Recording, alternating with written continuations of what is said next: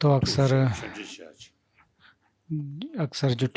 जो बैसाख महीने के पहले दिन जैसे ऐसा का दावा शुरू होता है वैसे इस टीसीवी स्कूल के बच्चों के लिए प्रवचन होता है। तो आज भी माँ कर्णिक का अवलोकितेश्वर के अभिषेक प्रदान करेंगे। अवलोकितेश्वर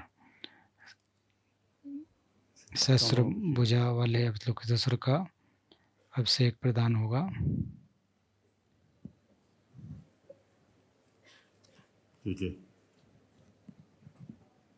तो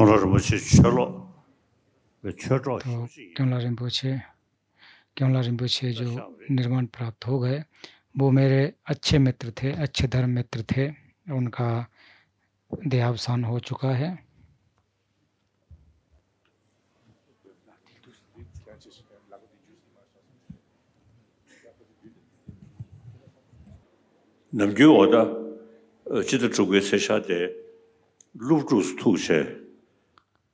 तो अक्सर जून के पहली तारीख को बच्चों के साथ मिलते थे और प्रवचन होता था। तो इस वर्ष माँ कर्णिक अवलोकितेश्वर का अभिषेक दूं। आज तैयारी, कल मूल अभिषेक।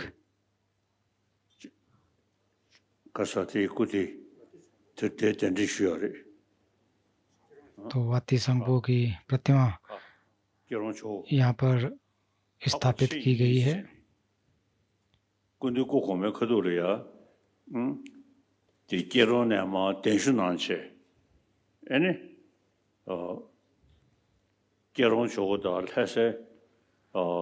तो केरोंग और लहसे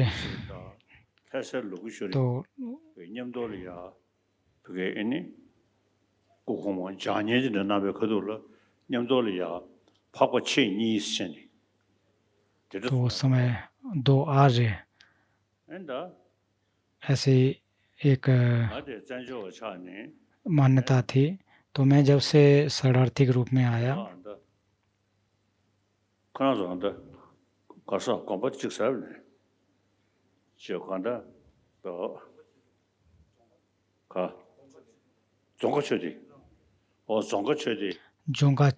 जोंगा छुदे महाबिहार से इस बाती सांबो को नेपाल तक लेकर के आए। छेजी खंडू के उसके बाद फिर नेपाल से भारत में इसको लाया गया।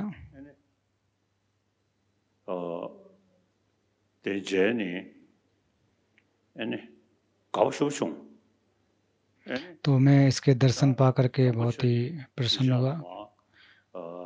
तो जोंगा छुदेन जो सेटलमेंट है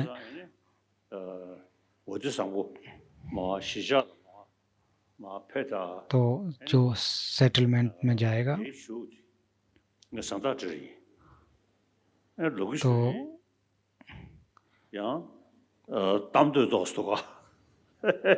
तो लोग तो हमें थोड़े से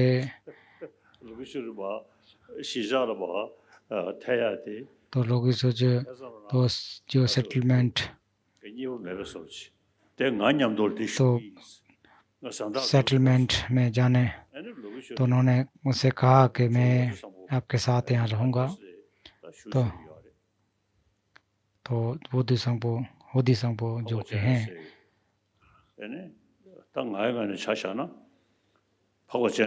तो अवलोकितेश्वर के तो मैं अपना उदाहरण दूँ तो अवलोकितेश्वर का चित्त वाक उनके एक रिप्रेजेंटेटिव के रूप में हूँ तो जो वदी संगबो तो मैं अपने घर में अपने रूम में रखता हूँ इनकी प्रतिमा को रखता हूँ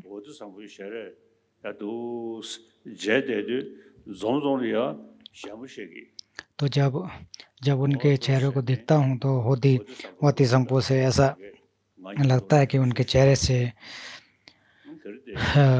मुस्कान निकल रही है तो आज इनके मंत्रों का जाप फिर यहाँ पर इसी वजह से लेकर के आए हैं यहाँ कई लाख मंत्रों का जाप करना है तो पूर्व में जो मानी का जाप करना है तो जब शुरुआत जब करें तो उस समय अवलोकितेश्वर के नाम लेकर के किया जाता है तो आज तैयारी होगी अब जो अभिषेक है उसका एक प्रकार के तैयारी के रूप में कल मूल अभिषेक प्रदान किया जाएगा और इसके साथ साथ जो कि मंत्र जाप है वो लाखों की संख्या मंत्र जाप करना है वो करेंगे तो जो सहस्त्र भुजा वाले अवलोकितेश्वर उनकी शरण जाता हूँ उनको प्रणाम करता हूँ तो चंद्र ऋषि को भी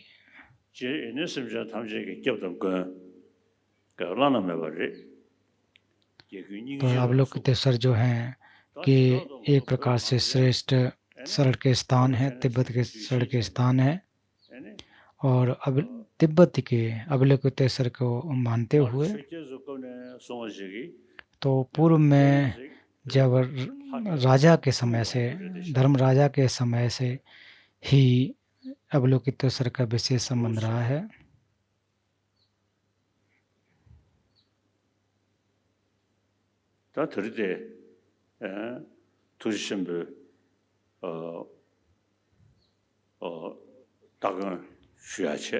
तो आज महाकारुणिक का अभिषेक के पूर्व के जो अनुष्ठान है अर्थात एक प्रकार के तैयारी के रूप में कह सकते हैं उसमें बहुत सारी साधनाएं होती हैं उनकी तैयारी के रूप में है तो एक रात मेरे सपने में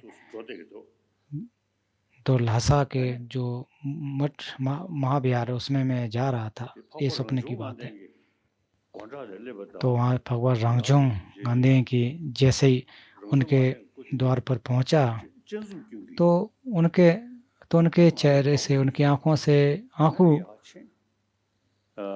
एक प्रकार से निकले मैंने देखे फिर मुझे भी खुशी हुई फिर वहाँ जाकर के उनको देखा और लहसा के जो चोला खां और उसके जो मुझे भी खुशी हुई और फिर जाकर के मैं एक प्रकार से उनसे लिपट गया उस प्रतिमा से लिपट गया जाकर के और मेरे भी आंसू आ गए तो उसमें यही कहा गया है कि जो प्रार्थना की कि वीर पारमिता की प्रार्थना की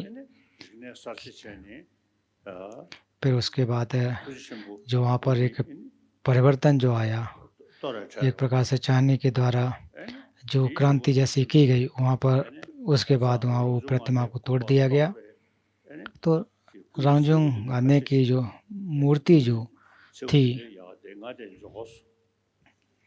तो इधर तोड़ फोड़ के इधर उधर फेंक दी थी।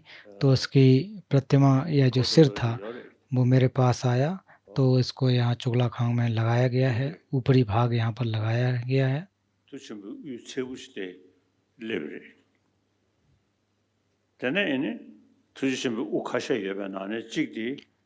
तो फिर उनके कई एक मुख थे और कईयों में वो जो कि जे एक प्रकार से मंत्र इत्यादि डाल करके उनको स्थापित किया है। और खास करके जो शस्त्र भुजा वाले अवलोकितेश्वर हैं उनकी प्रतिमा को भी इस जो रख रखाव किया गया।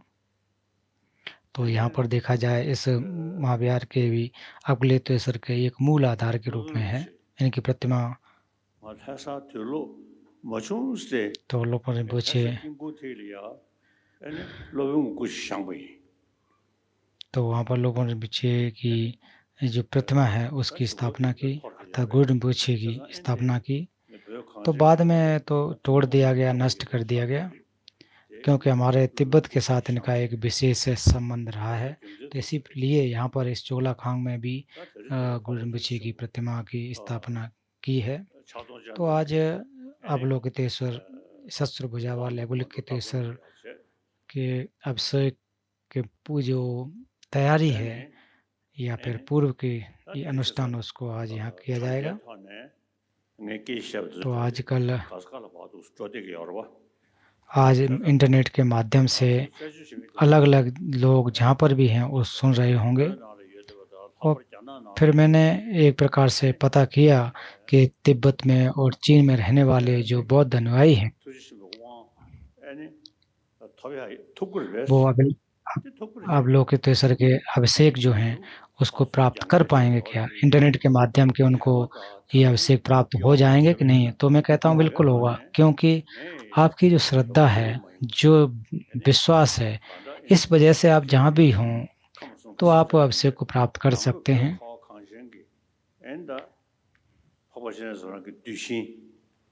क्योंकि आप जो तिब्बत में रहने वाले लोग हैं वो आपके अवलोकितेश्वर के साथ संबंध रहा है। उसी प्रकार से चीन के हमारे जो धर्म मित्र हैं उन सभी को मैं अपने उद्देश्य में, अपने प्रार्थनाओं में शामिल करते हुए अभिषेक दूंगा। तो आप निश्चित रूप से आप सभी को तो अभिषेक प्राप्त होगा। आप कहाँ रह रहे हैं इसका कोई फर्क नहीं पड़ता है, समय काल स्थिति का फर्क नहीं पड़ता है। आपका श्रद्धा है, आपका विश्वास है, इसलिए निश्चित रूप से जो अभिषेक प्रदान किया जाएगा वो आपको प्राप्त होगा। तो तिब्बती लोग तो ध्यान दे ही रहे हैं, उसके अलावा भी जो चीनी लोग भी, बहुत सारे लोग इसमें ध्यान दे रहे हैं, उनको भी मैं अपनी प्रार्थनाओं में रखूंगा और इस प्रकार से आप अभिषेक को भी प्राप्त कर सकेंगे। भले ही आप दूर हों, इंटरनेट के माध्यम से ही सही आप अभिषेक को प्राप्त कर सकेंगे। तो शुरुआत में जो प्रतिसमुत्पात स्थिति वो उसका पाठ करेंगे, उसकी प्रवचन देंगे। प्रतिसमुत्पात स्थिति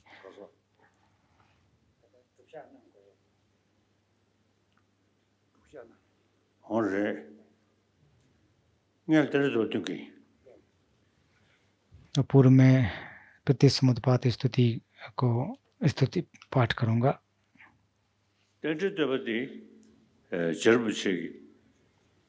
तो प्रतिसमुत्पात स्तुति जे रिम्पोछे उन्होंने शून्यता के बारे में बहुत, उनको जो है शून्यता के बारे में बहुत ज़्यादा एक प्रकार से रुचि थी। और फिर इसलिए उन्होंने तोंग और तेंजुंग, शून्यता और प्रतिसमुत्पाद, इनके बारे में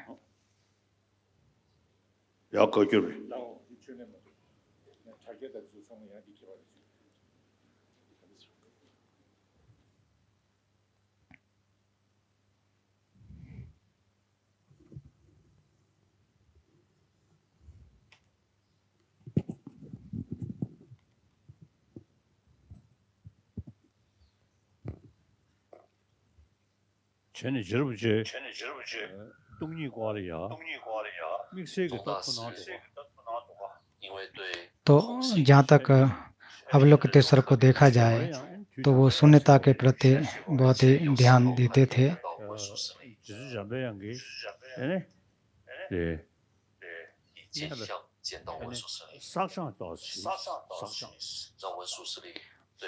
तो उन्होंने कहा था कि जो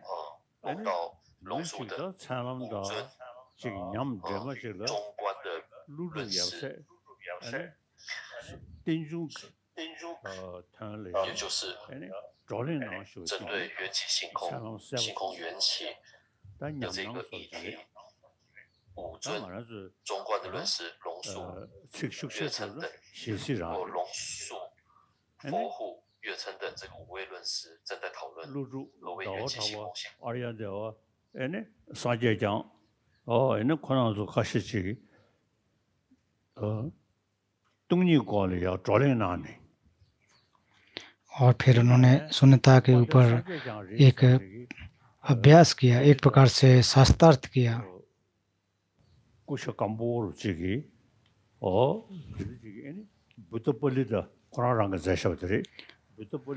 फिर उसके बाद उन्होंने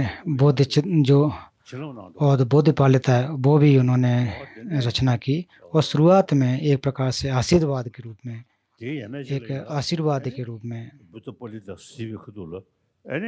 और जब बुद्धिपालिता को आप पढ़ते हैं तो उस समय शून्यता के जो ध्यान है, जो दर्शन है, वो निश्चित रूप से स्पष्ट होते हैं।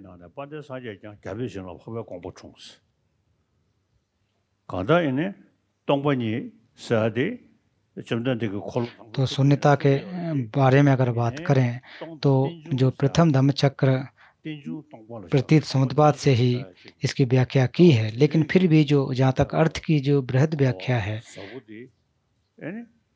उसको गंभीर रूप से द्वितीय धम्मचक्र उपदेश के समय कहा गया है। तो जब बुद्धिपालिता को आप पढ़ते हैं तो उसमें जो शून्यता और प्रतीत समुद्रवाद का जो अर्थ है तो निश्चित रूप से आसानी की तरह से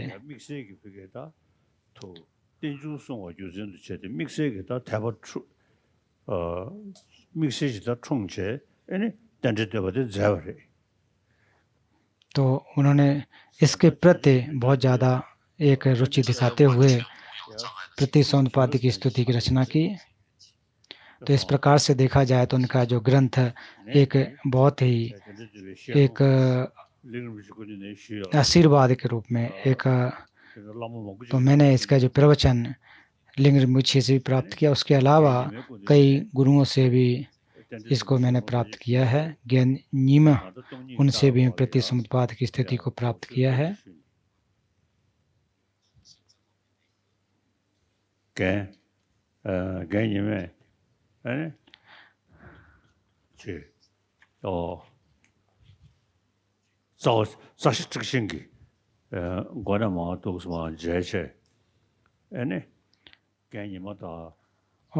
और ज्ञानीमा और एक प्रकार से देखा जाए तो हमें उन्होंने इसको सिखाया, और वो हमेशा कहते थे कि मूल माध्यमिक कारिका है उसको कई बार पढ़ाया, लेकिन इस जैसे आज इसकी व्याख्या की है वैसी पूर्व में करने को संभव नहीं हो सका।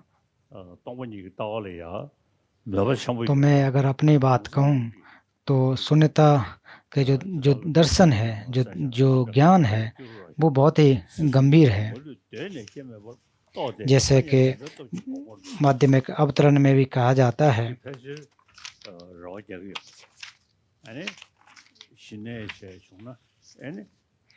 कि इस प्रकार बुद्ध रूपी किरणों से आलोक से स्पष्ट किया है। स्वास्थ्यगत अमले की भांति समस्त तीनों लोग के आतंकवाद के रूप में अबोध कर व्यवहार सत्य के बल निरोध समाधि में गमन करता हूँ, ऐसा मैं विकार करता हूँ। फिर इसके अलावा सदैव निरोध समाधिगत आशय से युक्त तथा अनाथ सत्यों के लिए करुणा का ही उत्पाद करता है। इस भूमि के उत्तर सातवीं भूमि में सुगत वचन से उद्यम माध्यम बुद्ध शायद सकल को बुद्ध से पराजित करने वाला भी है। समृत और परमात्म रूपी विशाल में विकसित शुभ्र पंखों वाला विनय जिन रूपी अंशों द्वारा सामना किया गया वह हंसराज छठी भूमि का भूत सत्व सो पवन वेग के बल के जिन बुद्ध के गुणों वाले समुद्र को पार करना गमन करता हूँ। तो इसमें जो कहा जाता है कि भूमि को सातवीं भूमि को प्राप्त करूं, तो मैं भी एक प्रकार से प्रार्थना करता हूं कि और फिर जैसे ही सुबह उठता हूं बोध चित्त का उत्पाद करना, शून्यता का अभ्यास करना, इनका मैं अभ्यास हर रोज करता हूं। और जब इनका रोज अभ्यास करता हूं, जो तब ध्यान देता हूं, तो फिर महीना साल जब ये गुजरते हैं, इसके बाद निश्चित रूप से हमारे मन में एक प्रकार से लाभदायक होगा। और उठते ही जो कि तथागत सम्यक संबुद्ध, उसके अलावा अवलोकतेश्वर आदि की स्तुति करता हूँ।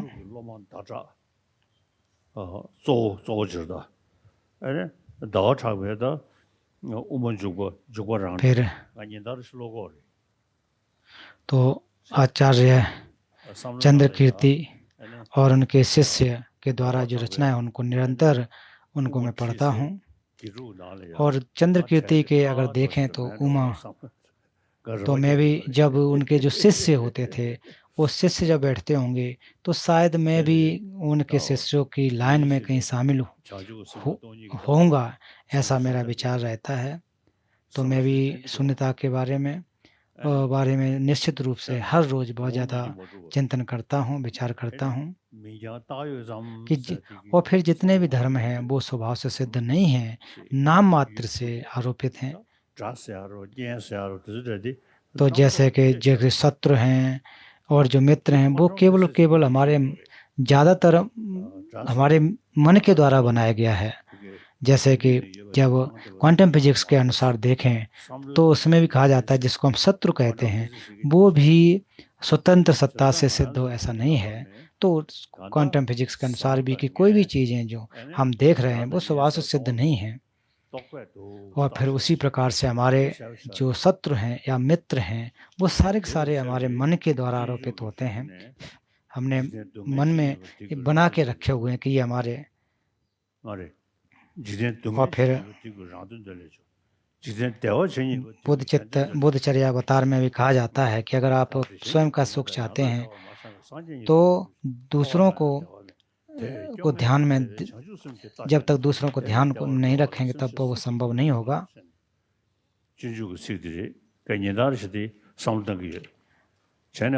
तो मैं भी हर रोज उसका ध्यान देता हूँ।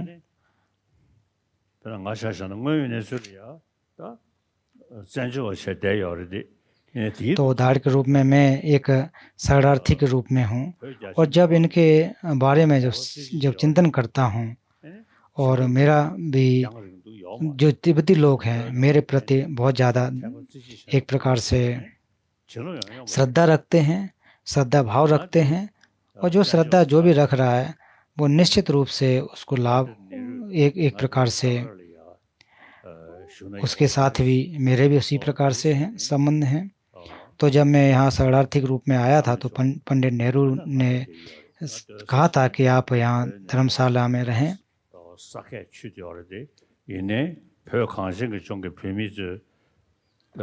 और तिब्बत के जितने भी लोग हैं जो यहाँ पर रहते हैं वो सभी प्रार्थना करते हैं कि परम पावन जी के लिए प्रार्थना करते हैं, और सभी की अपनी प्रार्थनाएं होती हैं। तो मैं भी मानता हूँ कि हमारा आपके साथ कर्मों का फल जो एक संबंध है।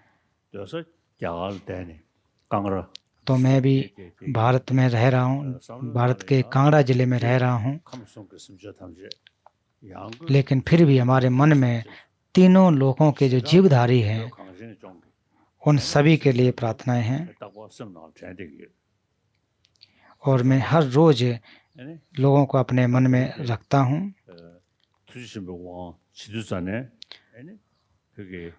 आज अवलोकितेश्वर के अभिषेक हैं।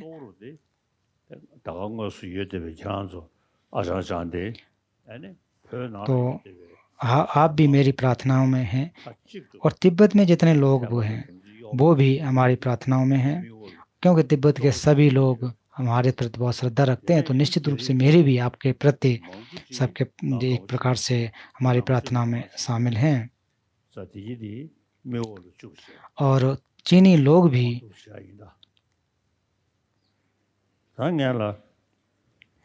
इस धर्म को सुनते हैं, हमारे प्रति श्रद्धा रखते हैं। आप लोग भी हमारी प्रार्थनाओं में हैं। तो पहले चाय ग्रहण करेंगे या फिर तेंदुल तेपा सुने? तो तब पहले आप जो चाय और रोटी वितरित की गई है उसको आप लें।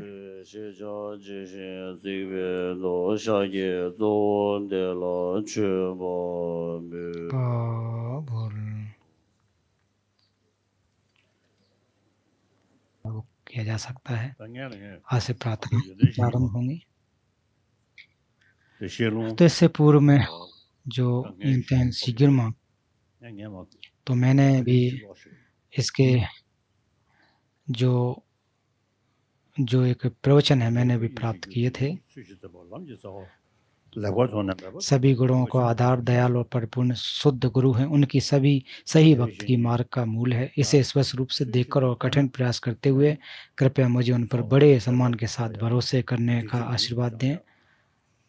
तो गुरु को अगर आधार रखो तो निश्चित रूप से हमारे जो बुराइयां हैं वो नष्ट हो सकती हैं। यह समझते हो कि जन्म की अनमोल स्वतंत्रता केवल एक बार मिलती है, जो बहुत सार्थक और पुनः खोजना मुश्किल है। कृपया मुझे दिन और रात निरंतर इस चित्त को उत्पन्न करने का आशीर्वाद दें। यह जीवन पानी के बुलबुले की तरह नश्वर है। याद रखेंगे कितनी जल्दी नष्ट हो जाता है और मृत्यु आ जाती है। मृत्यु के बाद जैसे छाया शरीर का पीछा करती है, वैसे ही कुशल अकुशल कर्म का फल मिलता है। इसमें दृढ़ और निश्चित विश्वास पाकर कृपया मुझे हमेशा सावधान रहने का आशीर्वाद दें कि मैं थोड़ी सी भी नकारात्मक छोड़ दूं और सभी पुण्य कर्मों को पूरा कर सकूं।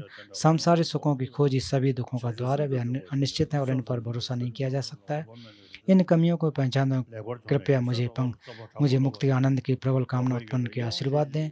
इस शुद्ध विचार के नेतृत्व में जागरूकता, सतर्कता और बड़ी सावधानी पैदा होती है। शिक्षाओं का मूल प्रमुख संबल रखना है। मुझे इस आवश्यक अभ्यास को पूरा करने का आशीर्वाद दें। जैसे मैं संसार के शरीर में पतित हूँ, उसी प्रकार सभी माँ समान प्राणी पतित हैं। मुझे देखने के लिए आश्रय दें, सर्वोच्च बोध चित्त में प्रशिक्षित हूँ और प्राणियों की मुक्त कराने की जिम्मेदारी वहन करूँ।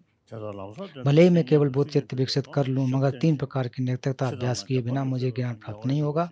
इसे मेरी स्पष्ट समझ के साथ मुझे ऊर्जा के साथ बोध से समनों का अभ्यास करने का आशीर्वाद दें। एक बार मैंने विकरणों को, गलत वस्तुओं को शांत कर दिया और वास्तविकता के अर्थ का सही विश्लेषण किया। कृपया मुझे अपनी चित्त धारक भीतर शांत रखने के विशेष अंतर्गत उत्पन्न करने का आशीर्वाद दें।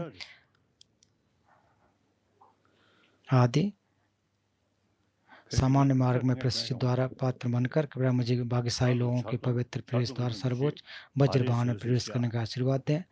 तो तब तक मैं साधना करूंगा, तब तक आप लोग जो चाय ले रहे हैं वो चाय ग्रहण करते रहें, और मैं अपनी जो अभिषेक की साधना है मैं उनको करूंगा। तो अभी जो शिगिरमा परम पावन जी पढ़ा वो बाकी रह गया, मैं पढ़ता हूँ। तो साधना स्फूर्त चलो मैं भी रोटी खा लेता हूँ। उस समय 2 सिद्धियों की सिद्धि का आधार शुद्ध संबल और समय का पालन है। जैसा कि मुझे इस बात का दृढ़ विश्वास हो गया है, कृपया मुझे अपने जीवन की तरह इन प्रतिज्ञाओं और संबलों की रक्षा का आशीर्वाद दें। फिर 2 चरणों के महत्व को महसूस करते हुए वज्रन का सार उत्साह के साथ अभ्यास करके और 4 सत्रों को कभी न छोड़ें। कृपया मुझे पवित्र गुरु की शिक्षाओं को महसूस करने का आशीर्वाद दें। ऐसे नेक मार्ग दिखाने वाले गुरुओं और उनका अभ्यास करने वाले आध्यात्मिक मित्रों की आयु लंबी हो। कृपया मुझे सभी बाहरी और आंतरिक बाधाओं को पूरी तरह से शांत करने का आशीर्वाद दें। अपने पूरे जीवन में कभी भी सिद्ध गुरुओं से अलग नहीं हुआ हूँ। मैं सद्धर्म का आनंद उठा सकता हूँ। चरणों और पथों गुण में पूर्ण करके मैं शीघ्र ही वज्रधारा की स्थिति को प्राप्त करूँ। तो जब तक मैं साधना करूँगा तब तक आप अवलोकितेश्वर के जो जाप हैं ओम मनी पे में इसका जाप करें। जितना हो सके आप जाप करते रहें। तब तक मैं जो अभिषेक की साधना है, आज अवलोकितेश्वर के अभिषेक की साधना है, मैं उसको करूँगा। तो आप मंत्र जाप करें ओम मनी पे में, ओम मनी पे में, ओम मनी पे में, ओम मनी पे,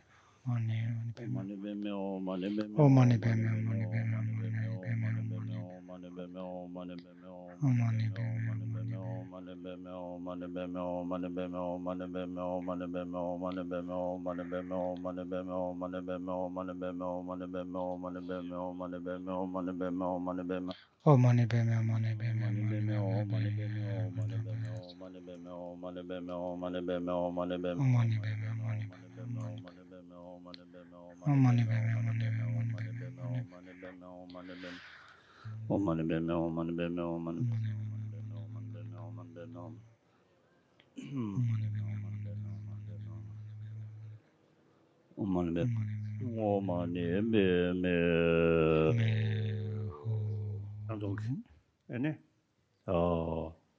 Wang Buya Tang, Teringala, Dagon Dayache. Chene, Dangon Shishe, Shisa Samba, Missy Sugar came into the Gishu Sorry. तो जो कि प्रारंभिक अनुष्ठान हैं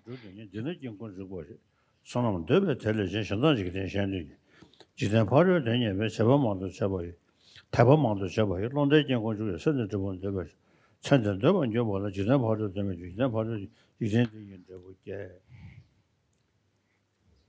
Bakanazo, Mizidi, Takever Tamachuri, those Ruturva. तो जैसे कि हम जानते हैं कि जन्म होने के बाद हमें मृत्यु को प्राप्त करना है, ये एक क्रम है। एक जैसे कि उदाहरण के रूप में मैं 87 वर्ष का हो चुका हूँ और मैंने अपने जीवन काल में बहुत सारे लोगों से मुलाकात की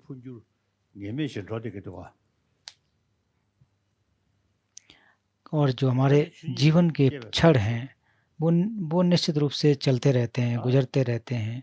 ये स्वाभाविक बात है, ये नैसर्गिक बात है।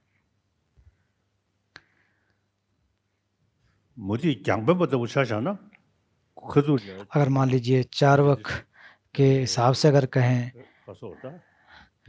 तो वो तो केवल यही मानते हैं कि इसके अलावा जीवन नहीं है। मनुष्य का जीवन हुआ है, न तो उसका आदि है, न तो कोई अंत है, न तो पुनर्जन्म, कुछ भी नहीं होता है।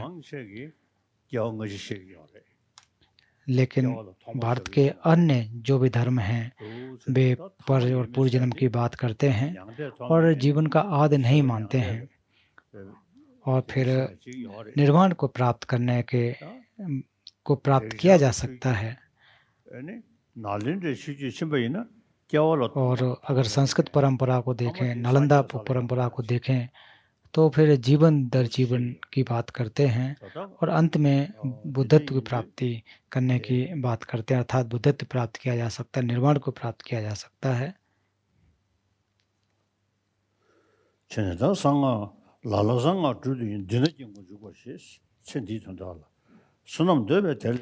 तो इसलिए जो आप तंत्र का जो अभ्यास कर रहे हैं तो इस जीवन के हित के लिए कर रहे हैं, ऐसा नहीं होना चाहिए।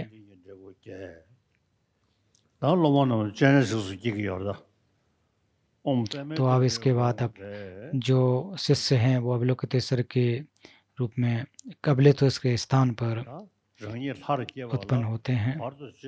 तो और अपने को इष्ट देव में पैदा होने के लिए तो उसके लिए बाहरी और आंतरिक जो बाधाएं हैं वो तो आ सकती हैं, लेकिन प्रमुख रूप से हमारे जो चित्त के जो सामान्य स्थिति है, सत्यग्रहता है, ये जो विकल्प हैं, ये जो ईश्वर में माफ करना जो देव हैं उसमें पैदा करने के लिए, पैदा होने के लिए, उस भूमि पर पैदा होने के लिए मुश्किल होते हैं और खास करके जो हमारी आत्मग्रहता है वो नुकसान पहुंचाती है। इसलिए अनात्म का अभ्यास करना चाहिए। और जैसा कहा शुरुआत में ही कहा जाता है कि शून्यता के रूप में सारे के सारे सर्वधर्म स्वभाव से शून्य हैं, इसलिए नाम मात्र से सिद्ध नहीं मानना चाहिए।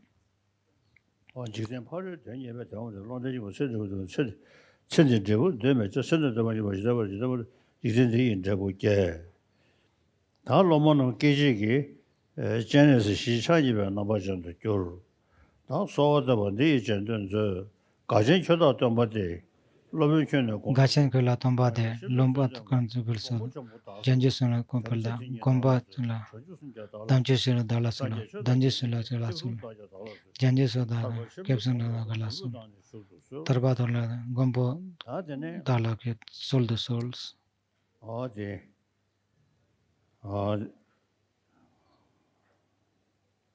나 다그래. 부수 소재 되게 상가지도 저거는 결론도 담아서. 전에 수진네 이 고선도 유도지 무슨지요 사연도 도저가요. 이시냐면 야다니 상가죠. 왜냐면 저는 관계 사자 생겨서 선호견이 되게 된 메시지 못 없잖아. 지진시도 또는 콜로고는 양인데 대외 근제 도저지 부유로를 느끼시스. 간다다 치지 템베 자슬는 되게 간다 랑주기 तो इसलिए जो दुश्मन की बात अगर करें तो बाहरी दुश्मन की बात नहीं है, मुख्यतः हमारे अंदर के जो मैं की भावना है, आत्मग्राहता की भावना है, वो सबसे बड़ा शत्रु होता है।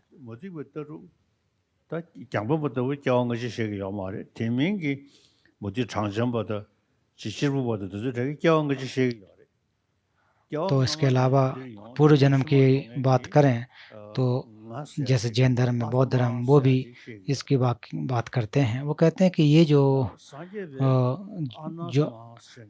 अन्य धर्म के लोग हैं वो कहते हैं कि जन्म जन्मों तक आत्मा चलती है, लेकिन बौद्ध दर्शन के अनुसार आत्मा की व्याख्या नहीं मानते हैं। कहते हैं कि किसी भी प्रकार की कोई आत्मा की सिद्धि नहीं है, कि स्वतंत्र आत्मा कोई नहीं होती है, ऐसा बौद्ध धर्म में मानते हैं।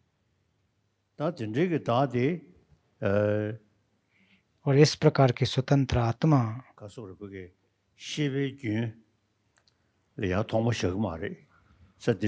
तो उसको चित्त की जो अंतिम जो क्षण उसको भी नहीं मानते हैं और ना ही इसका आदि मानते हैं। लेकिन जो भी हो, हम लोगों का मुख्य उद्देश्य बुद्धत्व की प्राप्ति करें, चार काय युक्त बुद्धत्व की प्राप्ति करें, परहित को साधने के लिए बुद्धत्व की हम प्राप्ति करें, ये बौद्ध लोगों का उद्देश्य होता है। तो इसके बाद तो अभी जो शिष्य हैं वो अवलोकितेश्वर के रूप में पैदा होते हैं।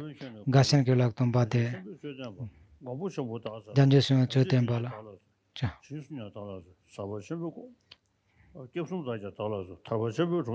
kyosna tarba chana do gombo don da so फिर एक बार उत्तर के बाद पूछो सो टेम्पो इत्यादि ये परम पावन जी द्वारा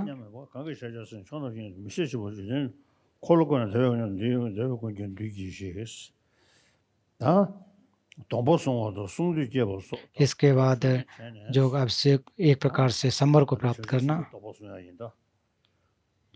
ये जो बुद्ध चित्त के संवर हैं उसको ग्रहण करेंगे।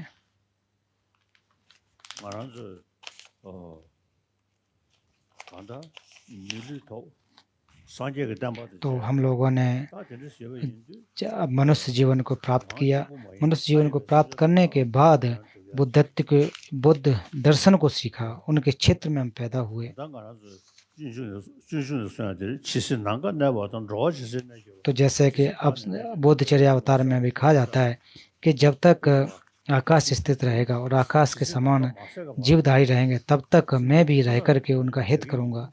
तो इसका अर्थ यही है कि इन लोगों का मैं भी हित करूंगा, समस्त जीवों का हित करूंगा। केवल अपना हित करूंगा ऐसा ही नहीं, समस्त जीवधारियों का मैं हित करूंगा, उनका लाभ करूंगा। तो इस प्रकार की प्रेरणा एक प्रकार की बृहद प्रेरणा बनाई जाती है, क्योंकि हमारे पास में जो हमारे साथ में जो है एक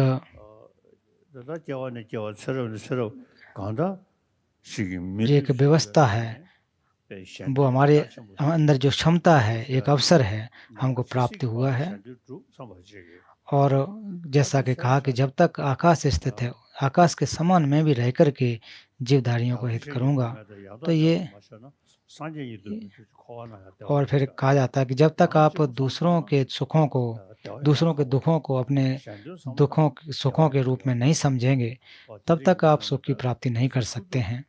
और फिर जितना हो सके उतना आप अभ्यास करें, बुद्ध चित्त का अभ्यास करें।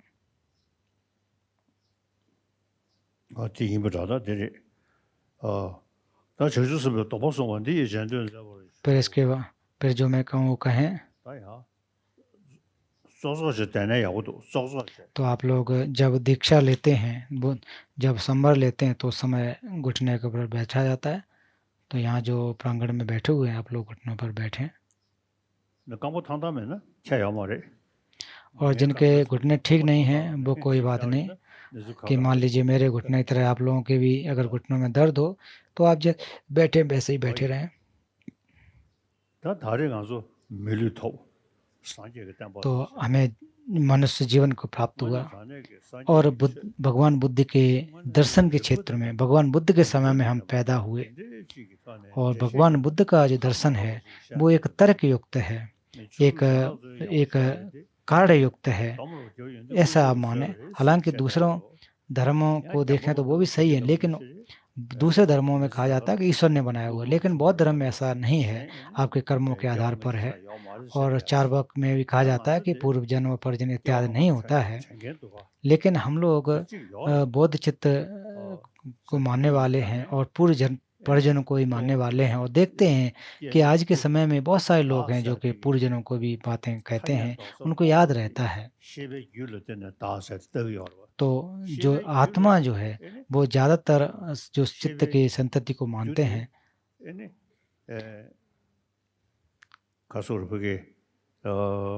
और जो हमारे चित्त का एक हेतु है और वो एक तुरंत के हेतु से आया हो ऐसा नहीं होता है।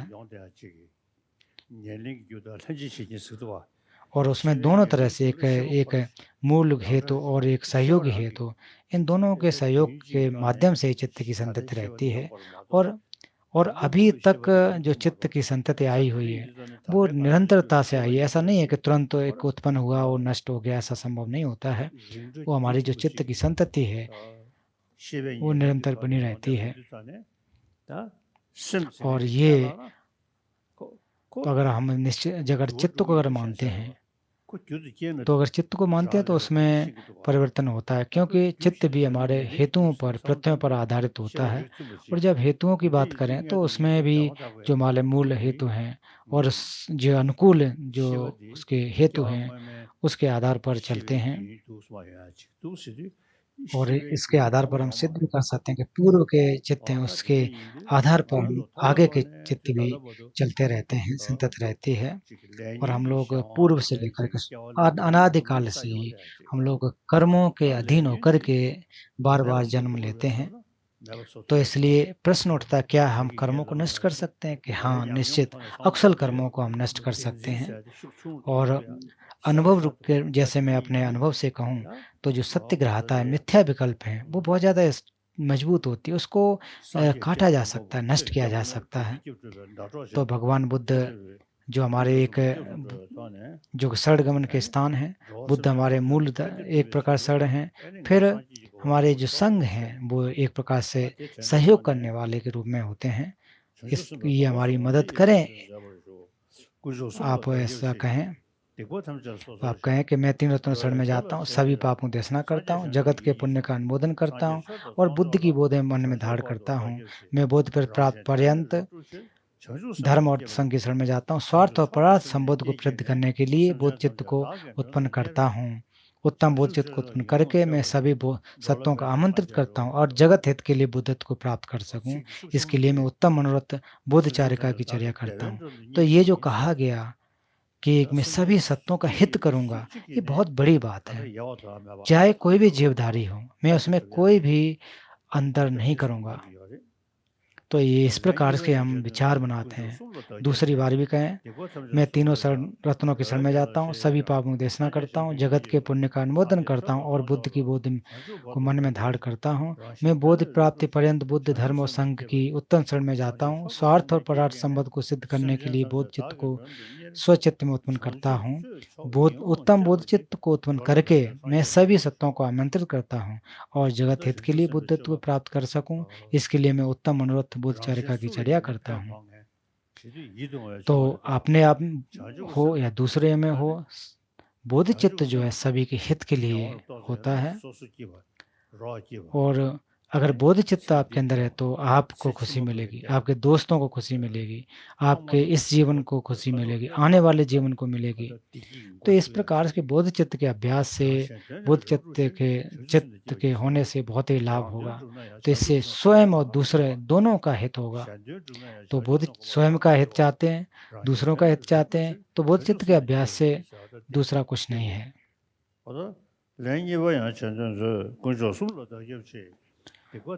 मैं तेरे रत्नों के शरण में जाता हूँ, सभी पाप देशना करता हूँ, जगत के पुण्यों का अनुमोदन करता हूँ और बुद्ध की बोध को मन में धारण करता हूँ। मैं बोध प्राप्त पर्यंत धर्म और संघ की शरण में जाता हूँ। स्वार्थ और परार्थ संबंध को सिद्ध करने के लिए बोध चित्त को स्वचित्त में उत्पन्न करता हूँ। उत्तम बोध चित्त उत्पन्न करके मैं सभी सत्वों का आमंत्रित करता हूँ और जगत हित के लिए बुद्धत्व को प्राप्त कर सकूँ, इसके लिए मैं उत्तम मनोरम बोधचार्य का चर्या करता हूँ। तो अगर पुण्यों का संचय करना हो, पाप की देशना करना हो, तो वो बोध चित्त के माध्यम से संभव हो सकता है। और आपके जो पाप देशना है, जो बुराइयां हैं, उसको अगर नष्ट करना है, तो वो भी बोध चित्त के सहयोग से शून्यता का अभ्यास करके हम अपने क्लेशों को नष्ट कर सकते हैं, बुराइयों को नष्ट कर सकते हैं। मैं तीन रत्नों शरण में जाता हूँ, सभी पापों देशना करता हूँ, जगत के पुण्यों का अनुमोदन करता हूँ और बुद्ध की बोध में मन में धारण करता हूँ। मैं बोध प्राप्त की पर्यंत बुद्ध, धम्म और संघ की शरण में जाता हूँ। स्वार्थ और परार्थ संबंध घोषित करने के लिए बोध चित्त को उत्पन्न करता हूँ। उत्तम बोध चित्त को उत्पन्न करके मैं सभी सत्यों को आमंत्रित करता हूँ और जगत हित के लिए बुद्धत्व को प्राप्त कर सकूँ, इसके लिए मैं उत्तम मनोरथ बोधचारिका का चर्या करता हूँ। इस प्रकार के जो बोध चित्त संवर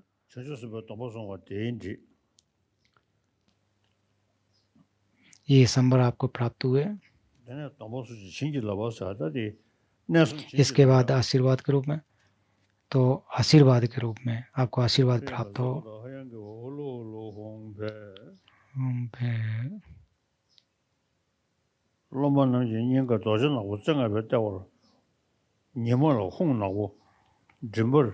तो शिष्यों के जो माथे पर होंग काले के रूप में, गले पर का कमल जो है लाल, और इस प्रकार से चंद्र आदि होमा होम होमा होमा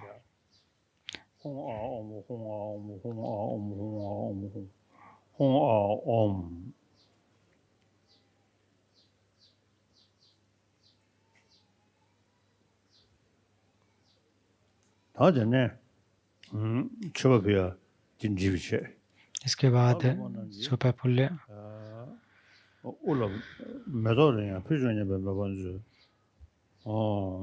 तो आपके सर पर जो पुष्प है वो विराजमान है, ऐसा माने।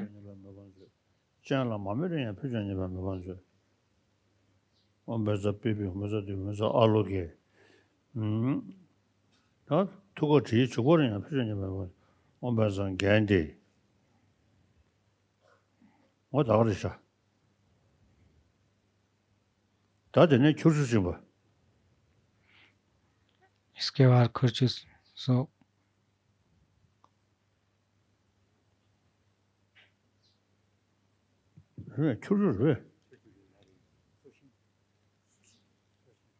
इसके बाद जो सोशिंग,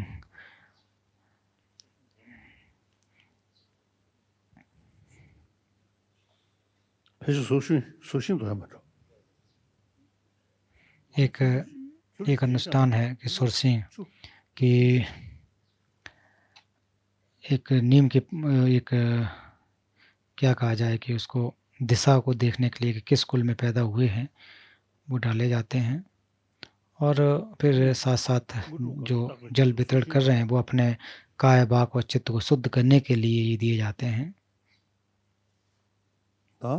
जब भी अभिषेक प्राप्त किया जाता है तो हमारा काय वाक और मन शुद्ध हो जाए, तो हाथ जोड़ करके सोसिंग को डालना है।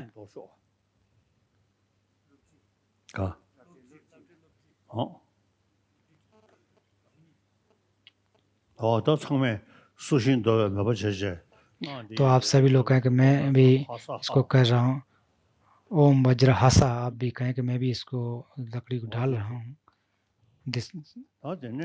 ओम वज्र हासा। 수신 쓰면 그거这样说 가. 소. 오야. तो उत्तरी दिशा में जो 샤르쇼로. उसको जो सोशिंग है वो उत्तरी दिशा में उसका मुख रहा है। 개병으로. 다 되절이야. 출출집입니다.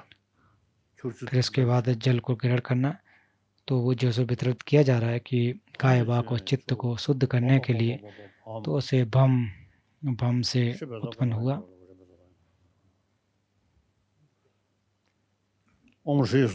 भम से उत्पन्न हुआ जल।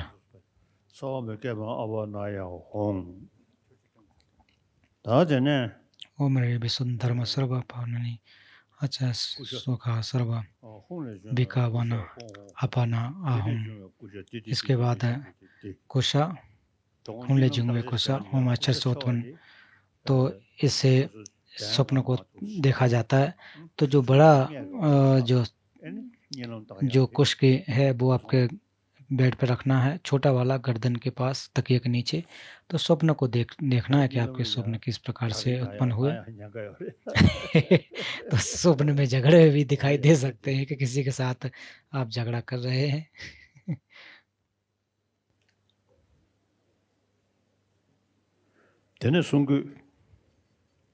इसके बाद जो रक्षा सूत्र शंकु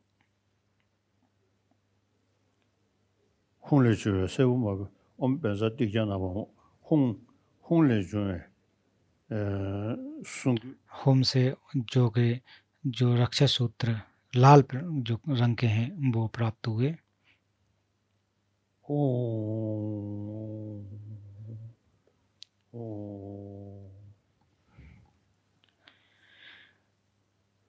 जुद थाने हो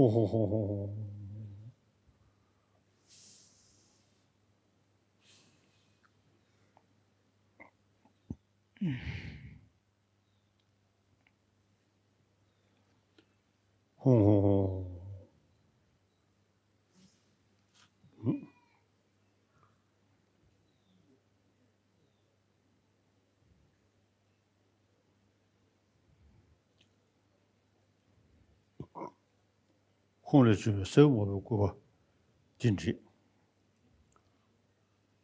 bütün raja sanası bütün raja sanası bütün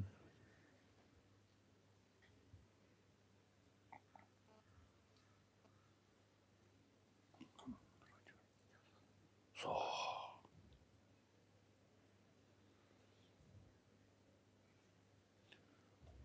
다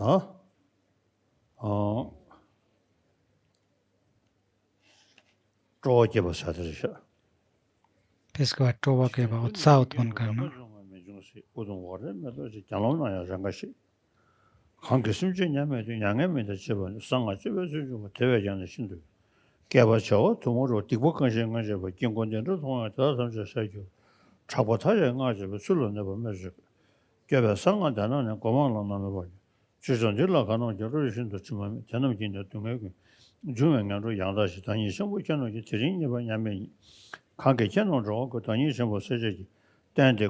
कि अभिषेक को प्राप्त करें, इसलिए एक प्रकार से मन में उत्साह पैदा करना, खुशी जाहिर करना।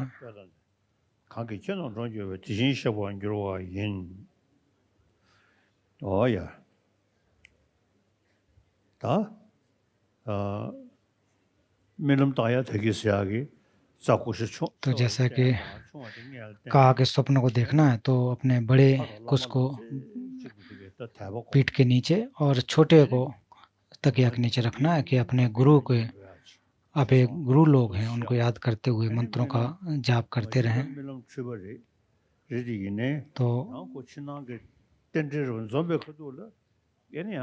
तो हालांकि स्वप्न तो स्वप्न होता है, लेकिन फिर भी उस कभी-कभी स्वप्न में भी जो हमारी कुछ बाहरी और आंतरिक कुछ समस्याएं होती हैं वो भी दिखाई देती हैं, वो भी संभव हो सकता है।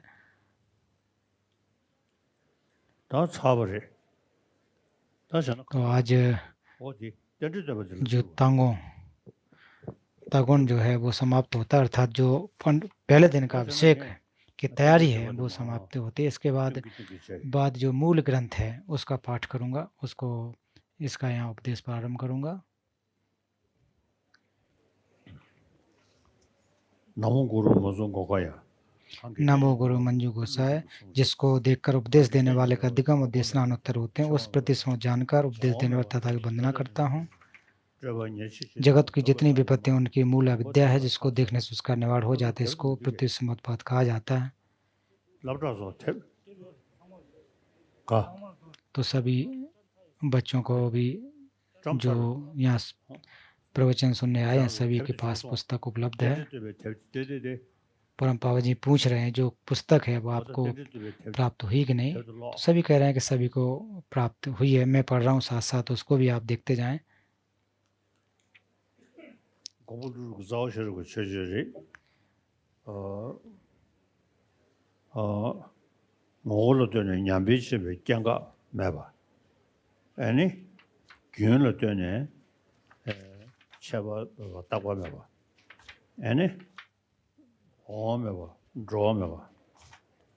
तो जो चार प्रकार के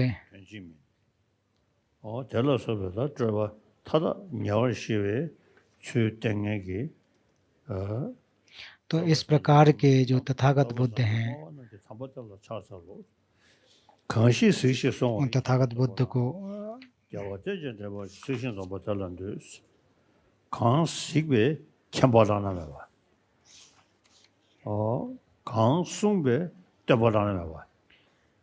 तो जिन्होंने इस यथावत देखकर उपदेश देने वाले अधिगम और देशनानुत्तर होते हैं, तो दोनों को ही भगवान बुद्ध को उपदेशना या वंदन करता हूँ।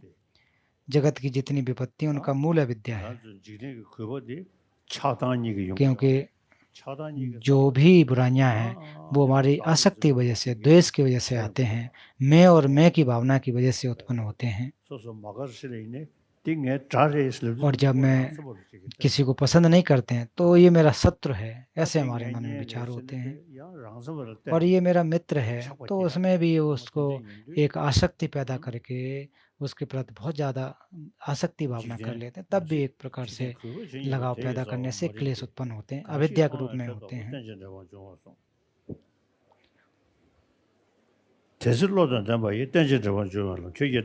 तब बुद्धिमान को प्रतिसुंद का मार्ग आपके शासन का मर्म ही कैसे मालूम नहीं होता है। अतः हे नाथ, वैसा होने पर प्रतिसमद देशना के अतिरिक्त किसी की आपकी स्तुति का अद्भुत माध्यम क्या मिलेगा। तो प्रतिसमुत्पाद की बात अगर करें वो क्या है, जो प्रत्यय पर आश्रित होता है वह स्वभाव से शून्य है। इस वचन से अधिक आश्चर्यमय और सद्बुद्धि सिद्ध और क्या हो सकती है। चाहे बाहरी धर्म हो और आंतरिक धर्म हो, चाहे हम जिनको ग्रहण करते हैं और देखते हैं, वो सारे के सारे हेतुओं से उत्पन्न है। हेतु प्रत्यय से उत्पन्न होते हैं। बिना हेतु और प्रत्यय से उत्पन्न हुए कोई भी धर्म संभव नहीं है। बिना हेतुओं पर निर्भर हुए कोई भी धर्म नहीं होती।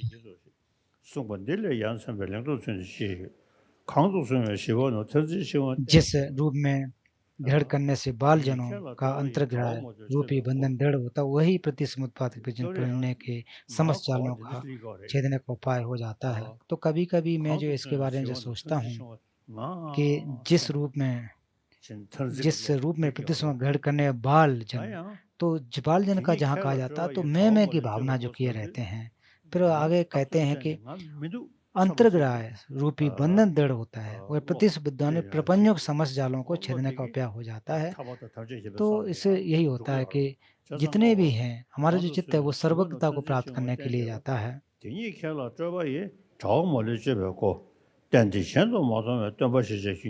शास्ता आप ही हैं, क्योंकि वह देशना अन्यत्र देखने को नहीं मिलती है। तीर्थों को शास्ता कहना श्रृंगाल को सिंह करने की चाटुकर्ता होगी। अहो शास्ता, अहो शरण, अहो परम बाध्य, अहो नाथ, मैं उस शास्ता को प्रणाम करता हूँ जिसने प्रतिस्मृत उपदेश किया है, हित कारण आपके जगत के कल्याण के लिए कहा है। शासन के सार सुनना निश्चय तुलनीय है। तो प्रतिसमुत्पाद केवल उतने मात्र को आप नहीं समझ पाते, तो उसमें फिर क्या करना चाहिए।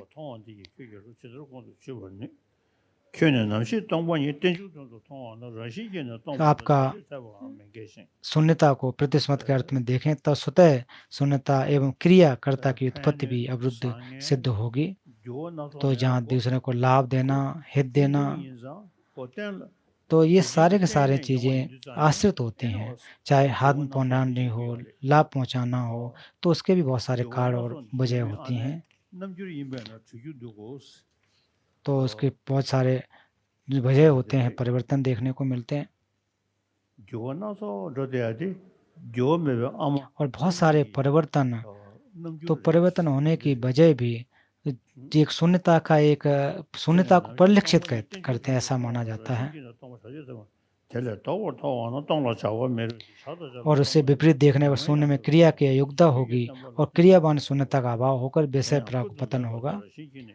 इसलिए आपके शास्त्र में प्रतिसमुद्ध दर्शन प्रशंसित है, वह भी न तो अंतः भाव और न स्वभाव के सत हैं। तो तेंजुंग अर्थात शून्यता का अर्थ जो कहा गया,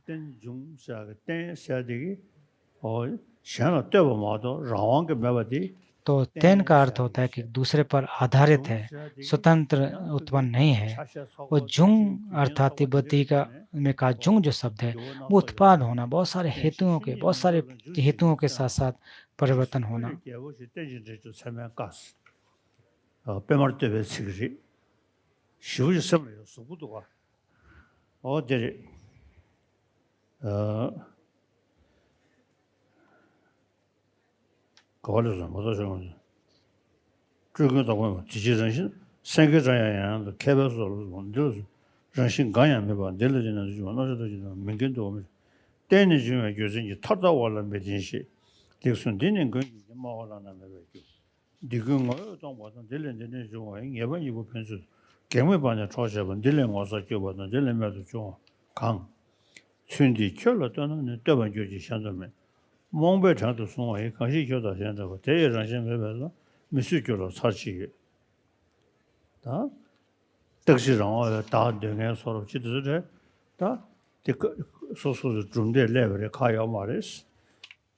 तो जो भी आत्मा को मानते हैं, तो वो भी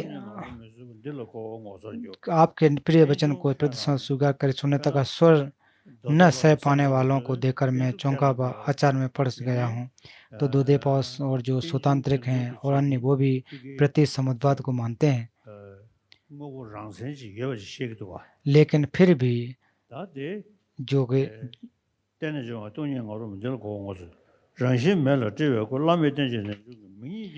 तो निस्वभाव के अनाय के अनुत्तर द्वारा प्रतिस्मत के नाम पर जब स्वभाव ग्रहण किया जाता है, तो परम आर्यों द्वारा अस्वीयता द्वितीय प्रवेशनत को करने वाले समार्ग पर वे उजनक हो जाते हैं। स्वभाव कृत्य निरपेक्ष तथा प्रतिस्मत सापेक्ष और कृत्रिम है। इसलिए जो प्रतिस्मत स्वभाव से प्रारंभ से ही ये विकसित है तथा स्वभाव से अतः समाया की बात कहा जाता है। आपके द्वारा जैसा निर्देश उस पर कोई भी प्रतिवादी धर्म सामना नहीं कर सकता है। कहना भी इस से ही भली बात ज्ञात हुआ होता है, तो इसमें कोई भी विरोधाभास नहीं हो सकता है। यदि क्यों कहें तो इस के कथन के दृष्टि और अंतर के समाप्त अपवाद का अवसर दूर किया जाता है। आपके वचन को अनुभव देखने का हेतु प्रतिसमतवाद इसी मार्ग से अन्य वचनों को प्रवृत्त कर निश्चय किया जाता है। यथा देखकर सुदेशना दिल आपके द्वारा शिक्षण से सभी पत्तियां दूर हो जाती हैं। तो हालांकि शास्त्र बहुत सारे हैं, लेकिन भगवान बुद्ध जो हैं, जो बौद्ध धर्म के जो शास्त्र हैं, तो क्योंकि भगवान बुद्ध ने खुद कहा है कि मेरे जो दुख हैं, जो सत्यों के देखे हैं, वो बुद्ध हाथ से नहीं हटा सकते हैं, जल से भी नहीं हटा सकते हैं। तो हमारे अंदर के जो दुख हैं वो कैसे नष्ट होंगे? वो लोग अपने विचारों को, अपने जो हमारे अंदर क्लेश हैं उसको नष्ट करने का विचार करना चाहिए, अभ्यास करना चाहिए। आपके शासन से विमुख होकर दीर्घकाल तक श्रम करना भी दोषों को पीछे पीछे बुलाने को जैसा है, आत्मनिर्भर से स्थिर होती है।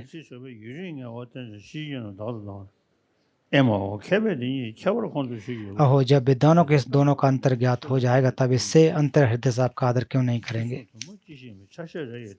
आपके अनेक वचनों का तो कहना ही क्या, अंश मात्र के समान अर्थ का निश्चय होने पर उससे परम सुख देता है। हाँ, मेरी बुद्धि मोह से हतुक हुई है। दीर्घ काल में शरणागत होने पर भी इस तरह के गुण सत्य का ज्ञात नहीं कर पाता है। तथापि मृत्यु प्रत्यय और अभिमुख जीवन धारा नष्ट होने से पहले आप निश्चित रूप विश्वास हुआ है।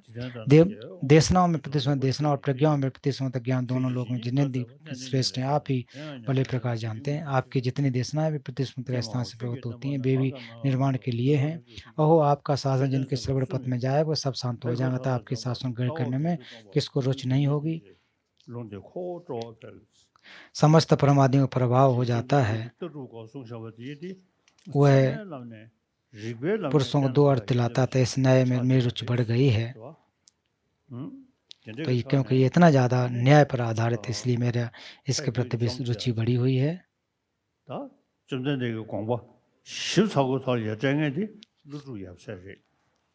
तो क्योंकि नागार्जुन भगवान बुद्ध के जो व्याख्या की है उसको और गंभीरता से व्याख्या करने वाले नागार्जुन ने की है। तो मूल्य माध्यमिक कार्यक्रम में देखें उसमें भी कहा जाता सिद्ध किया गया कि किस प्रकार के चीज़ें स्वभाव से सिद्ध नहीं है। तो आप उनके अभ्यासों को देखें।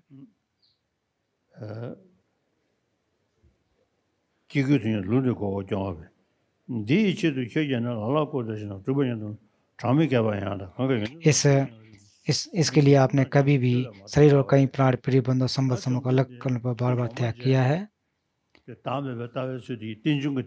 मैं कितना भावों जैसे कि प्रति समुद्रपात के गुणों को देखकर आपका मन भांति खिंच गया है जैसे कांटे द्वारा मछली, उसी तरह को आपसे साक्षात नहीं सुन पाया है। जैसे कि आप भगवान बुद्ध के सूत्रों को देखें उसमें 100 के आसपास हैं, शास्त्र हैं उसमें लगभग 200 के आसपास हैं। तो कुल मिला के 300 के आसपास जो ग्रंथ हैं जो हमारे, तो उसमें भगवान बुद्ध, नागार्जुन इत्यादि के व्याख्याएं की गई हैं। तो उनको तिब्बती भाषा में अनुवाद किया गया और ये राजा सोचें गांपों से लेकर के उन्होंने जो तिब्बत के लहासा में तथागत बुद्ध की जो प्रतिमा है चीन से लाकर स्थापित की।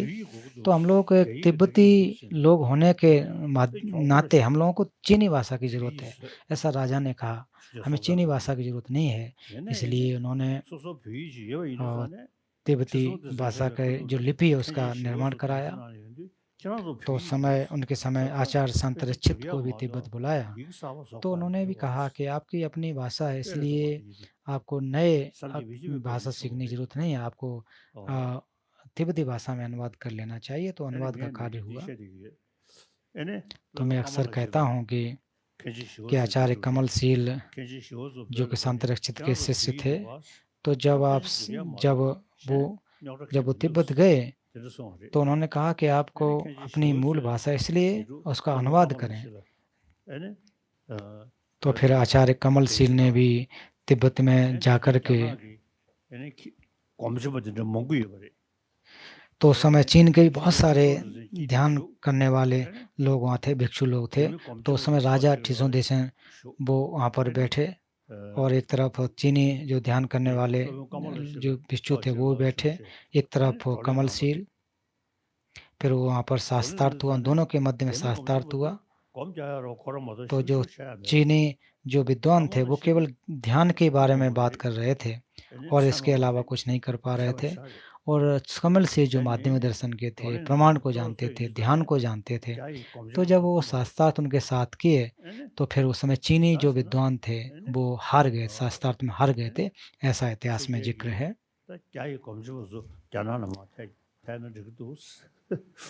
तो फिर उसके बाद राजा ने कहा कि चीनी जो ध्यान को सिखाने वाले हैं तो आप लोग चीन में वापस जा सकते हैं।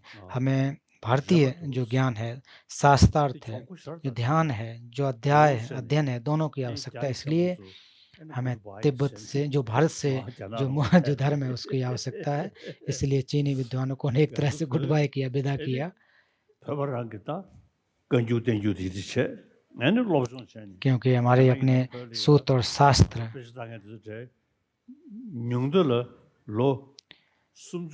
तो तिब्बत के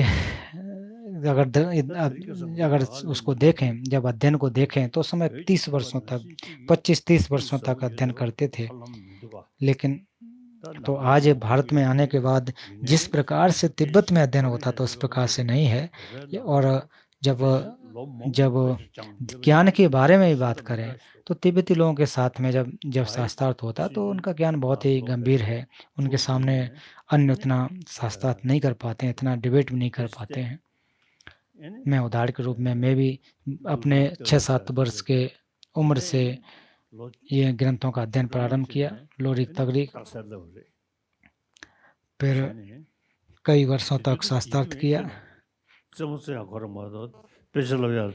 उस समय जब मैं छोटा था तो केवल खेल कूद में ज़्यादा ध्यान देता था। उस समय पढ़ने का इतना ज़्यादा रुचि भी नहीं होती थी। लेकिन बाद में जब पता लगा कि ये ग्रंथ को पढ़ना कितना महत्वपूर्ण है तो हमारे आचार्य थे लिंग rinpoche, तो मैं उनका मेरे लिए बहुत ही कृपालु रहे हैं।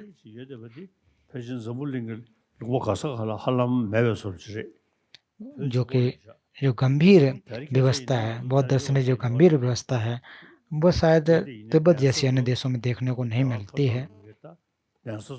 तो आज भारत में देखें तो दक्षिण भारत में महाविहार हैं, महामठ हैं, वहाँ पर जो अध्ययन कर रहे हैं बहुत ही अच्छे तरह से अध्ययन करते हैं।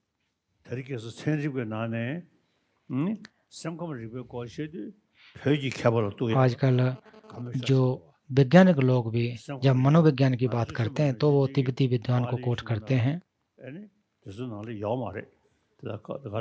तो जो पाली परंपरा में उतने जो प्रमाण के ग्रंथ हैं उतने गंभीरता से देखने को नहीं मिलते, वो संस्कृत में ज़्यादा देखने को मिलते हैं। तो मैं कभी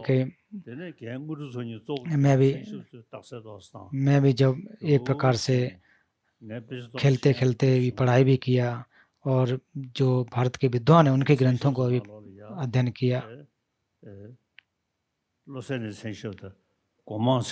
तो लोसेले जो हमारे लोसेले गोमांग और ये हमारे शास्त्रार्थ करने वाले साथी थे, सेरा में गांधी सरजांग, तो हमारे 7-8 लोग थे जो शास्त्रार्थ करते थे।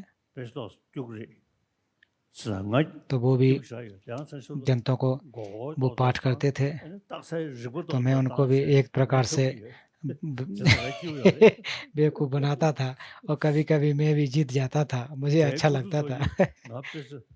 ज्ञान गुंडुक छई तो मेरे वो गुरु प्रमुख थे। तो जब मैं शास्त्रार्थ करता था तो ज्ञान छुई वो हमेशा बताते थे ऐसे आपको शास्त्रार्थ करना चाहिए, ऐसे आपको अपना उपयोग करना चाहिए, ऐसे शास्त्रार्थ करने का उपयोग करना चाहिए। फिर उसके बाद ठाकुर फिर मोलम तमचा लासा के जो मोलम तमचा में आया, फिर उसके बाद मैं भी गेशे बना। तो मैं भी एक गेशे ही हूँ।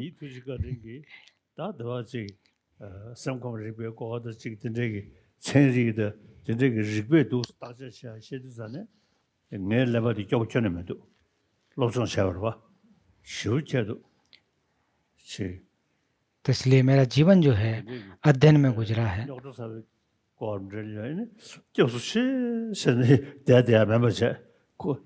तो ऐसा नहीं जब कोई समस्या हो तो बस भगवान भरोसे है ऐसा मैं कहूँ, ऐसा भी नहीं है। तो मैं हमेशा सोचता हूँ कि कैसे विचार करना चाहिए, समाधान करने ऐसा करने में मुझे काफ़ी अनुभव है। तो इसलिए मैं आप तिब्बती बच्चों से भी मैं कहता हूँ कि बौद्ध धर्म को पढ़ने के लिए, दर्शन को पढ़ने के लिए आपको मॉन्क बनना ऐसी बात नहीं है, आप उपासक रह के भी अध्ययन कर सकते हैं।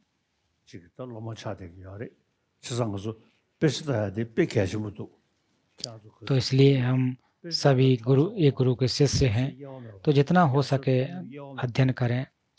तो इसमें स्त्री पुरुष बिच्छू बिच्छुड़ी किसी का कोई अंतर नहीं है, जिसको जो भी चाहे वो दर्शन को पढ़ सकते हैं, धर्म को पढ़ सकते हैं। तो हमारे धर्म के शिक्षक हैं तो वो भी जो कि ग्रंथों को पढ़ाते हैं और अच्छी तरह से और पढ़ाएं। क्योंकि हम जब भारत में आए तो हम तिब्बतियों के पास अपनी भाषा है, तिब्बती भाषा है। तो फिर उस समय आते समय ही पंडित नेहरू से कहा था कि हमारी अपनी भाषा है, इसलिए स्कूलों में हम अपनी तिब्बती भाषा को पढ़ेंगे। तो उन्होंने निश्चित रूप से अनुमोदन किया और उस समय शिक्षा मंत्री जो श्री माली जी उन्होंने भी हमें ये अधिकार प्रदान किया। तो जब हम लोग भोजन कर रहे थे तो उन्होंने कहा तब कि हम तिब्बती उन्होंने भी कहा तिब्बती बच्चों को निश्चित रूप से तिब्बती पढ़ाने की ज़रूरत है। तो हम लोगों के जो प्रजाति है राजा जो पूर्व के समय से सोचे गांवों से लेकर अभी तक वो चली आ रही है। तो ग्रंथों को पढ़ने वाले गेशे लोग वाकई बहुत बड़े विद्वान होते हैं। तो मैं भी एक गेशे हूँ और अध्यापन किया है। तो इसलिए हमें अपनी तिब्बती जो संस्कृति है वो खास करके नालंदा परंपरा उसके साथ साथ संस्कृत को वो साइंस को भी अगर जोड़ें तो अच्छा होगा और उसको जोड़ करके अभी तक हम लोग अध्ययन करते आ रहे हैं। तो मैं बहुत सारे तिब्बती विद्वानों से मिलता रहता हूँ, माफ़ कीजिए जो वैज्ञानिकों से बहुत सारे वैज्ञानिकों से मिलता रहता हूँ। तो जब कोई चीज़ विरोधाभास जब होता है तब वो भी कहते हैं कि ये होगा तो ऐसा होगा, ऐसा होगा तो वैसा होगा। क्योंकि कभी कभी विरोधाभास भी होता है। तो हम मानते हैं कि जो हमारे प्रमाण के जो ग्रंथ हैं जिसको हमने पढ़ा है, जिनके जो बुद्धि है, जो लोग वे शास्त्रार्थ कहते हैं उनके दिमाग काफ़ी प्रखर होते हैं और इसके प्रति आप लोगों को भी ध्यान देना चाहिए, ये मैं आपसे कहना चाहता हूँ। तो रिगलम की अगर बात करें तो वो केवल धर्म की बात है, ऐसी बात नहीं है। जो बौद्ध धर्म को नहीं भी मानता है, धर्म को नहीं भी मानता है, तो उसको भी लाभ हो सके, अपने जीवन को चलाने के लिए उसको लाभ हो सके, ये प्रयास करना चाहिए।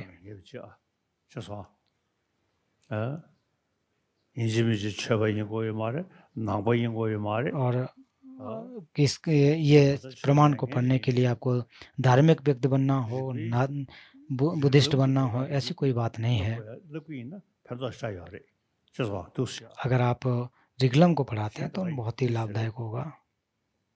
तो आज का जो उपदेश है आज यहाँ तक रखेंगे, फिर कल आगे का प्रारंभ किया जाएगा। माफ़ करना कि आपका उपदेश जो देना चाहता वही है, समाप्त नहीं हुआ।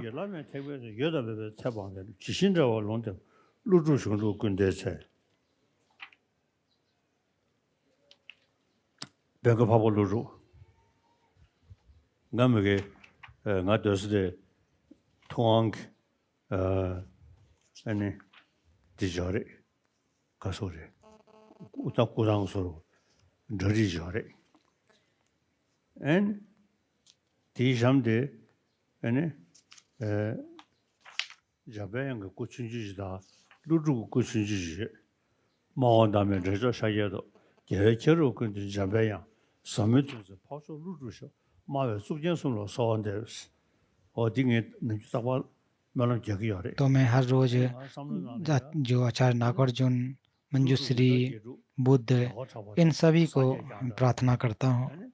तो आचार्य नागार्जुन के जो शिष्य हैं, अन्य बहुत सारे लोग हुए हैं, चंद्रकीर्ति इत्यादि। तो चंद्रकीर्ति के जो ग्रंथ हैं मैं रोज पढ़ता हूँ, जो कि माध्यमिक अवतरण, माध्यमिक अवतरण की टीका, स्ववृत्ति या स्वभाष्य, उनको रोज पढ़ता हूँ।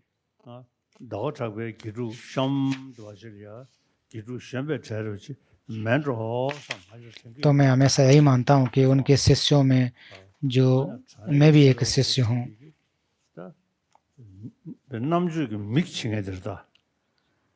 तो ये बहुत ही बड़े विद्वान थे।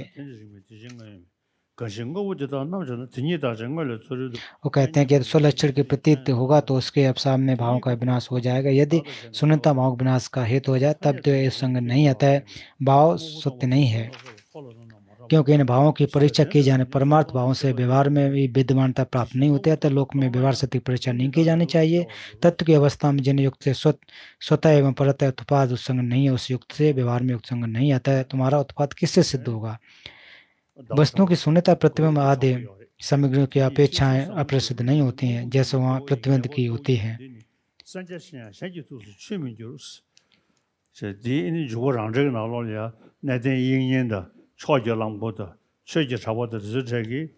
तो रांगडेल में भी वो व्याख्या कहते हैं कि प्रति समुद्रवाद की शून्यता उसको वो नहीं समझ पाते थे, अन्य जो विद्वान नहीं समझ पाते थे वो उसको समझ नहीं पाए, ऐसा कहा है उन्होंने।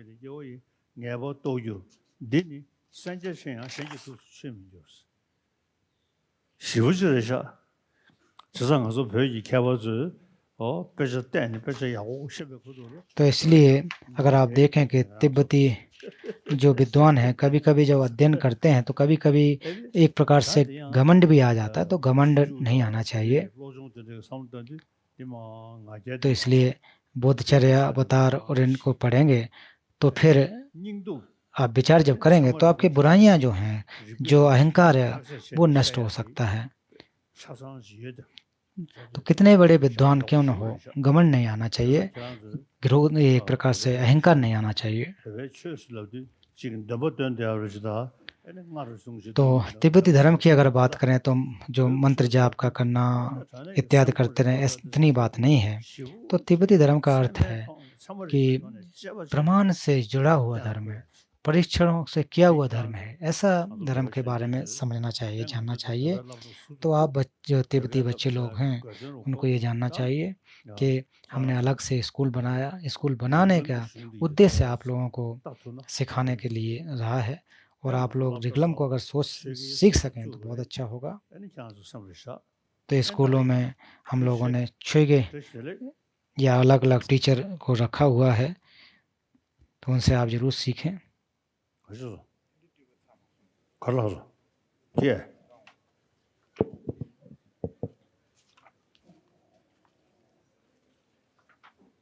तो अभी तेंडुल तो प्रति समाप्त नहीं हुआ है।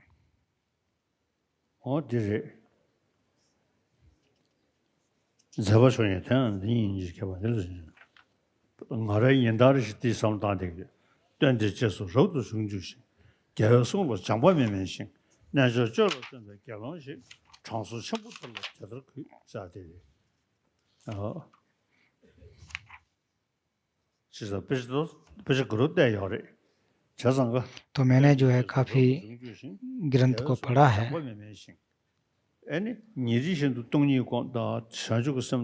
तो हर रोज दिन प्रतिदिन शून्यता का, बोध चित्त का जब मैं अभ्यास करता हूँ, इसके बारे जब चिंतन करता हूँ,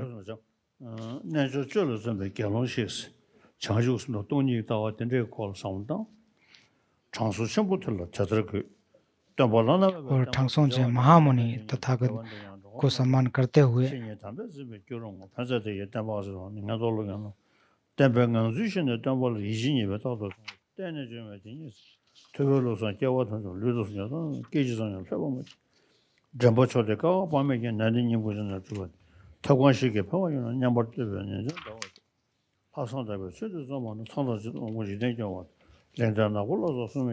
शुद्ध हस्त से नए में सब करते हुए समय लोकपाल ब्रह्म इंद्र तथा कालाद रक्षक भी अनयन मनस को सदा सहायता करें।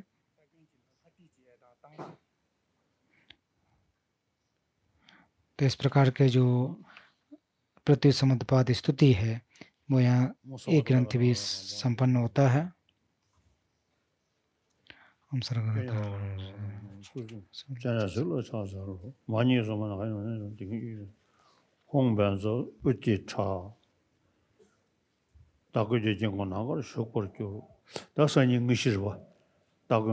तो कल जो है मूल अभिषेक प्रदान किया जाएगा।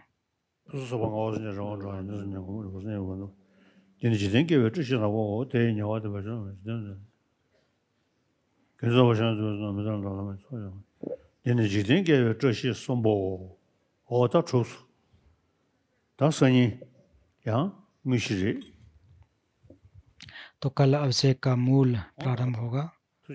आज एक प्रकार से प्रारंभ हुआ। तो आज तेंडल तोयपा और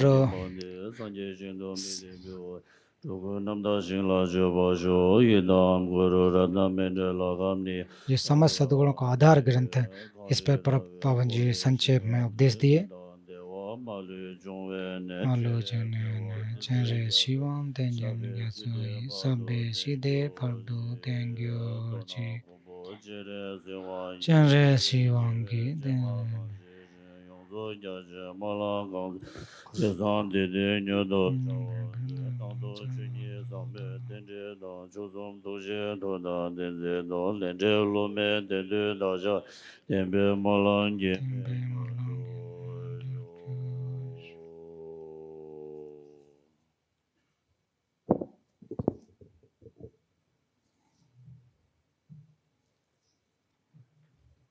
कल पुनः 8 बजे, तो कोशिश करें कि 8 बजे से पहले 7:30 तक आप लोग लाइव हों।